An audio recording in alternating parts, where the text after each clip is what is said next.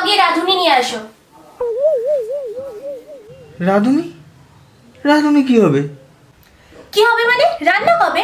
না মানে ইয়ে মানে না মানে ইয়ে মানেটা আবার কি? তোমাকে একটা কিছু আনতে বলি তোমার হাজার ঘন্টা প্রশ্ন। বইটা রাখো, যাও গিয়ে রাঁধুনি নিয়ে আসো।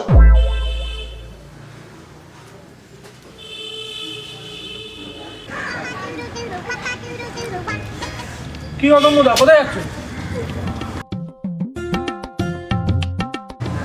আর বলিস না ভাই, নতুন বিয়ে করলাম, ভাবলাম রান্না করে ভাত দেবে, এখন বলছে রাঁধুনি নিয়ে আসো।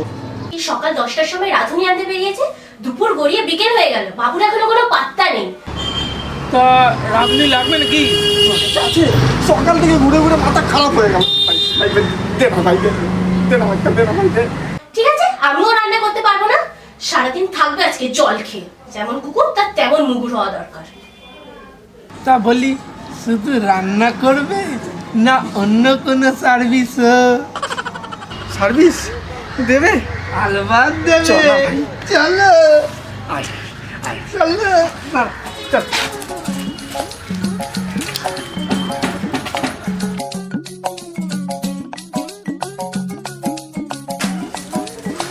কই গো? ওই এসছে, দেখাচ্ছি আজকে মজা।